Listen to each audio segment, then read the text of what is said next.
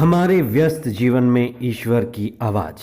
हम इस जीवन में कैसे निडर बने, हम कैसे भयमुक्त जीवन जिएं।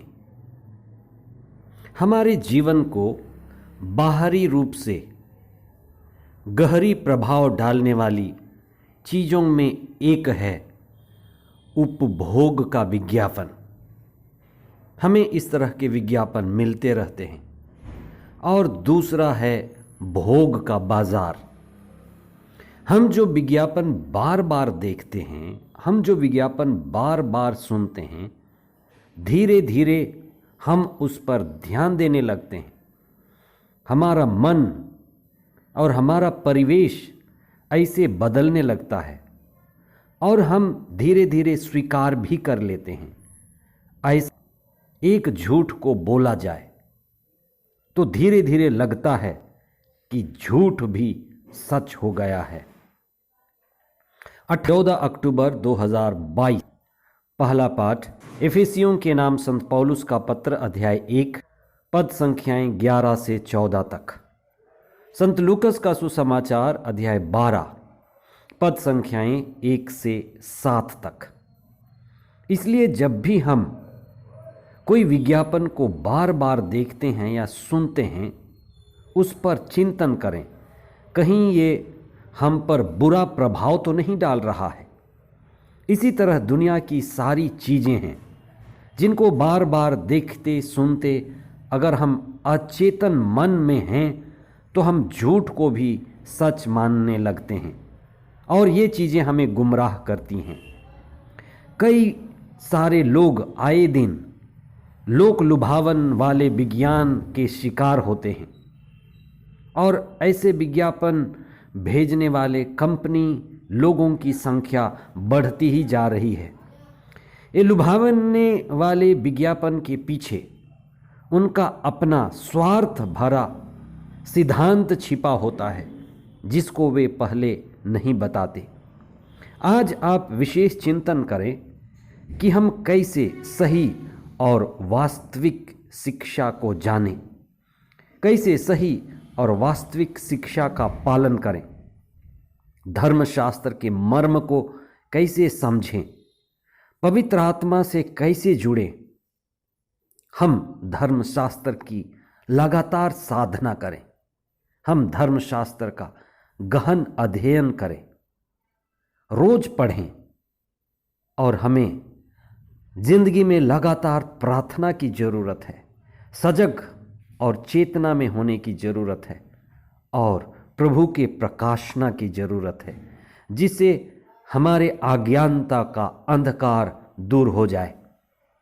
आज के सुसमाचार में ईसा ने फरीसियों और शास्त्रियों के खमीर से सावधान रहने के लिए लोगों को और विशेष करके शिष्यों को आगाह किया।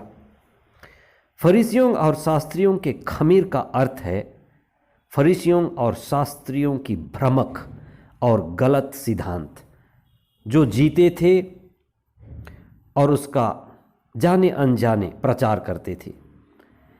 ऐसी गलत और भ्रमक सिद्धांत और धारणा जो ईसा की शिक्षा का, ईसा की क्रूस की शिक्षा का विरोधी है।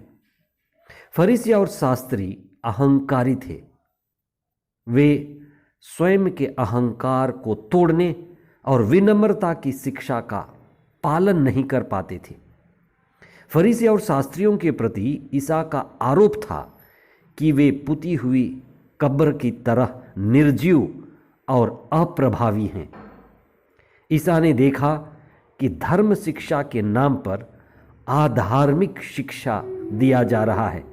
नबियों और संतों की हत्या कर उनका मकबरा बनवाया जा रहा है और गलत को भी सच साबित किया जा रहा है और एक तरह का सिद्धांत और शिक्षा को व्यवहारिक बनाया जा रहा है।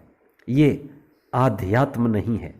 ईसा की शिक्षा पारदर्शी थी और हर भक्त ये जानता था कि ईसा ईश्वर के पुत्र हैं और यही ज़रूरत है कि हम जानें कि ईसा मुक्तिदाता हैं और ईश्वर के पुत्र हैं और उनकी शिक्षा हर काल और युग के लिए प्रभावी है। ईसा की शिक्षा हमारे लिए दीपक है और उनकी शिक्षा में प्रकाश है जो किसी को भी मुक्ति के राह पर ले चलती है। सच्चे भक्तों के लिए, सच्चे विश्वासियों के लिए और प्रभु की खोज करने वाले भक्तों के लिए किसी तरह से डरने की आवश्यकता नहीं। ईसा ने जो मुक्ति का मार्ग दिया है वह जीवन का लक्ष्य है। हमारे लक्ष्यों में मुक्ति और हमारी अनंत जीवन की ओर गति ही पहली है। ईसा की असली शिक्षा आत्मापूर्ण और हमारे पैरों के लिए दीपक है। हम प्रभु के दिव्य वचन को पढ़ें, उन पर स्मरण करें और मुक्ति का मार्ग को चुनें। आज का पहला पाठ कहता है कि ईसा में दृढ़ विश्वास करने के कारण हमें पवित्र आत्मा का ज्ञान मिला है, क्योंकि ईसा की शिक्षा में पवित्र आत्मा है और पवित्र आत्मा ही हमें आत्मा से जोड़ती है और हमें आध्यात्मिक बनाती है। आइए हम प्रार्थना करें। हे प्रभु, हम धन्यवाद देते हैं तेरे पुत्र यीशु के लिए, उनकी जीवंत शिक्षा के लिए और पवित्र आत्मा के लिए। हम धन्यवाद देते हैं कि आप हमें आगाह करते हैं, समझाते हैं कि फरीसी और सदूकियों के सिद्धांत, सांसारिकता, दिखावा, अहंकार, पाखंड और आध्यात्म के भ्रमक सिद्धांतों से हम बचें। प्रभु, हमें पवित्र आत्मा प्रदान कीजिए कि हम आपके दिव्य वचन के मर्म को समझें और मुक्ति की ओर गति करें और भय मुक्त जीवन बिताएं। आमीन।